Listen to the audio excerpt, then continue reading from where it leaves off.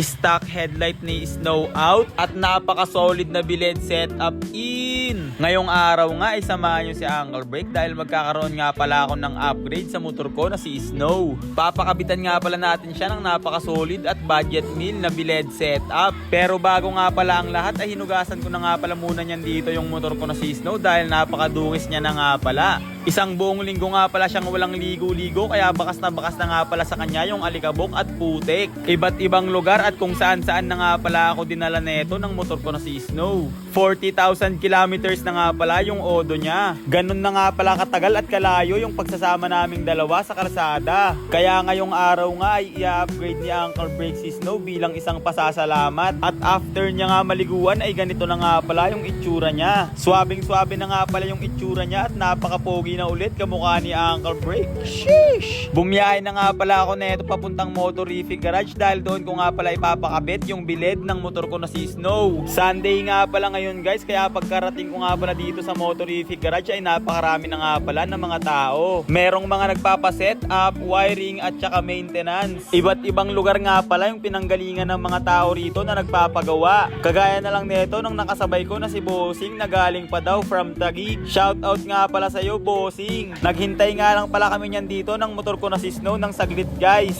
At maya-maya nga lang ay inahon na nga rin pala agad siya rito sa may gawaan.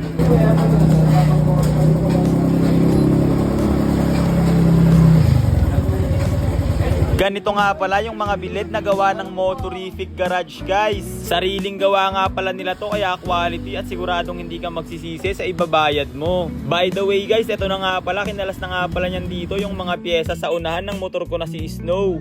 Plug and play nga lang pala itong blade setup nila kaya mabilis nga lang pala itong ikabit. Kaunting wirings nga lang pala ito kaya basic nga lang pala sa kanila. Pinalitan nga rin pala ito ng switch guys. Kaya ayan nga guys, kinalas na nga pala niyan dito yung mga pyesa sa may side skirt ni Snow para maipasok yung wire. Kaya ayan nga guys, makalipas nga ang ilang saglit ay ayan na nga pala, kinakabit na nga pala dito yung blade setup ni Snow. Sheesh! Kita nyo guys, napakaangas! Tinesting na nga rin pala to guys bago ikabit ng tuluyan.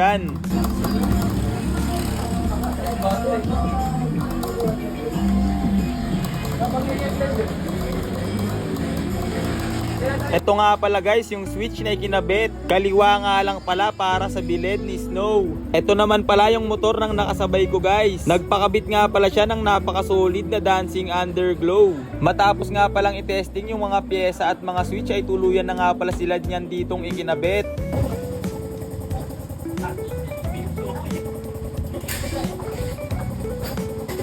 Matapos ngang maikabit ay ganito na nga pala ang bagong itsura ni Snow.